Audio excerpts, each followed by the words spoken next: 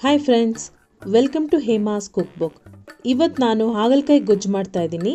ಹಾಗಲಕಾಯಿ ಅಂದ ತಕ್ಷಣ ಎಲ್ಲರ ಮನಸ್ಸಿಗೂ ಬರೋದು ಹಾಗಲಕಾಯಿ ತುಂಬ ಕಹಿ ಇರುತ್ತೆ, ಹೇಗೆ ತಿನ್ನೋದು ಅಂತ.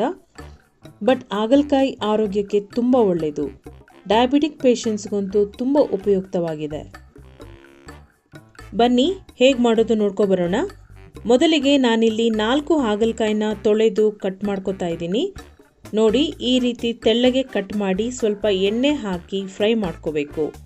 ಬನ್ನಿ ಫ್ರೈ ಮಾಡ್ಕೊಳ್ಳೋಣ. ಬಾಣಲೆಗೆ 3 ಸ್ಪೂನ್ ಎಣ್ಣೆ ಹಾಕಿ ಕಾದ ನಂತರ ಹಾಗಲಕಾಯಿನ ಹಾಕಿ ಲೋ ಟು ಮೀಡಿಯಂ ಫ್ಲೇಮ್ನಲ್ಲಿ 10 ರಿಂದ 15 ನಿಮಿಷ ಫ್ರೈ ಮಾಡ್ಕೋಬೇಕು. ಈ ರೀತಿ ಫ್ರೈ ಮಾಡಿಕೊಂಡ್ರೆ ಹಾಗಲಕಾಯಿ 50% ಎಣ್ಣೆಲೇ ಬೆಂದ್ಬಿಡುತ್ತೆ. ಫ್ರೈ ಮಾಡಿರೋ ಹಾಗಲಕಾಯಿನ ಒಂದು ಪ್ಲೇಟ್ಗೆ ಟ್ರಾನ್ಸ್ಫರ್ ಮಾಡ್ಕೋಬೇಕು. ಬೆಳಿಗ್ಗೆ ಹೊತ್ತು ಅಷ್ಟು ಟೈಮ್ ಇರೋಲ್ಲ ಅನ್ನೋರು ರಾತ್ರಿನೇ ಈ ರೀತಿ ಫ್ರೈ ಮಾಡಿಕೊಂಡ್ರೆ ಕೆಲಸ ಸ್ವಲ್ಪ ಈಸಿ ಆಗುತ್ತೆ, ಟೈಮ್ ಸೇವ್ ಆಗುತ್ತೆ ಹಾಗೂ ಹಾಗಲಕಾಯಿ ಕಹಿ ಕೂಡ ಕಡಿಮೆ ಆಗುತ್ತೆ. ಈಗ ಒಗ್ಗರಣೆ.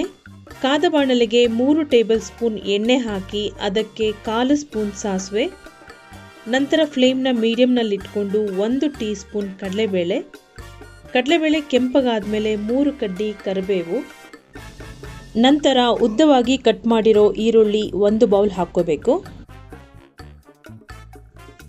3 ನಿಮಿಷ ಈರುಳ್ಳಿ ಸಿಮ್ನಲ್ಲೇ ಬೇಯಬೇಕು. ನಂತರ ಅರ್ಧ ಟೀ ಸ್ಪೂನ್ ಅರಿಶಿನ ಹಾಕಿ ಚೆನ್ನಾಗಿ ಮಿಕ್ಸ್ ಮಾಡಿದ್ಮೇಲೆ 4 ರಿಂದ 5 ಎಸಳು ಜಜ್ಜಿದ ಬೆಳ್ಳುಳ್ಳಿ, ಉದ್ದವಾಗಿ ಕಟ್ ಮಾಡಿರೋ ಆಪಲ್ ಟೊಮೆಟೊ 1 ಬೌಲ್, ಸಣ್ಣಗೆ ಹಚ್ಚಿರುವ ಕೊತ್ತಂಬರಿ ಇಷ್ಟನ್ನು ಹಾಕಿ ಚೆನ್ನಾಗಿ ಮಿಕ್ಸ್ ಮಾಡಬೇಕು. ಟೊಮೆಟೊ ಪೂರ್ತಿ ಬೇಯೋವರೆಗೂ ಬಿಡಬೇಕು. ಅಷ್ಟರಲ್ಲಿ ಹುಣಸೆ ಹಣ್ಣನ್ನ ರೆಡಿ ಮಾಡ್ಕೊಳ್ಳೋಣ ಬನ್ನಿ. ಮೀಡಿಯಂ ಸೈಜ್ ನಿಂಬೆ ಹಣ್ಣಿನ ಗಾತ್ರದ ಹುಣಸೆ ಹಣ್ಣನ್ನು ನೀರಿನಲ್ಲಿ ನೆನೆಯೋಕೆ ಹಾಕಿ ಬಿಡಬೇಕು. ಟೊಮೆಟೊ ಪೂರ್ತಿ ಬೆಂದಾದ್ಮೇಲೆ ಅಂದಾಜು 7 ರಿಂದ 8 ನಿಮಿಷ ಆದಮೇಲೆ ಫ್ರೈ ಮಾಡ್ಕೊಂಡಿರೋ ಹಾಗಲಕಾಯಿನ ಹಾಕಬೇಕು. ಅದಕ್ಕೆ ಅಂದಾಜು ಅರ್ಧ ಟೀ ಸ್ಪೂನ್ ಉಪ್ಪು, ಹಾಗಲಕಾಯಿ ಮುಳುಗುವಷ್ಟು ನೀರು ಹಾಕಿ ಲಿಡ್ ಕ್ಲೋಸ್ ಮಾಡಿ ಬಿಡಬೇಕು. ಹಾಕಿರೋ ನೀರು ಪೂರ್ತಿ ಡ್ರೈ ಆಗೋಕೆ ಬಿಡಬೇಕು. ಅಷ್ಟರಲ್ಲಿ ಹುಣಸೆ ಹಣ್ಣಿನ ರಸನ ರೆಡಿ ಮಾಡ್ಕೊಳ್ಳೋಣ. ನೋಡಿ, ಈ ರೀತಿ ಪೂರ್ತಿ ನೀರು ಡ್ರೈ ಆದಮೇಲೆ ಹುಣಸೆ ಹಣ್ಣಿನ ರಸ ಹಾಕಿ 1 ಟೇಬಲ್ ಸ್ಪೂನ್ ಸಾಂಬಾರ್ ಪುಡಿ ಅಂದರೆ ಬೇಳೆ ಸಾರಿಗೆ ಹಾಕೋ ಸಾರಿನ ಪುಡಿ,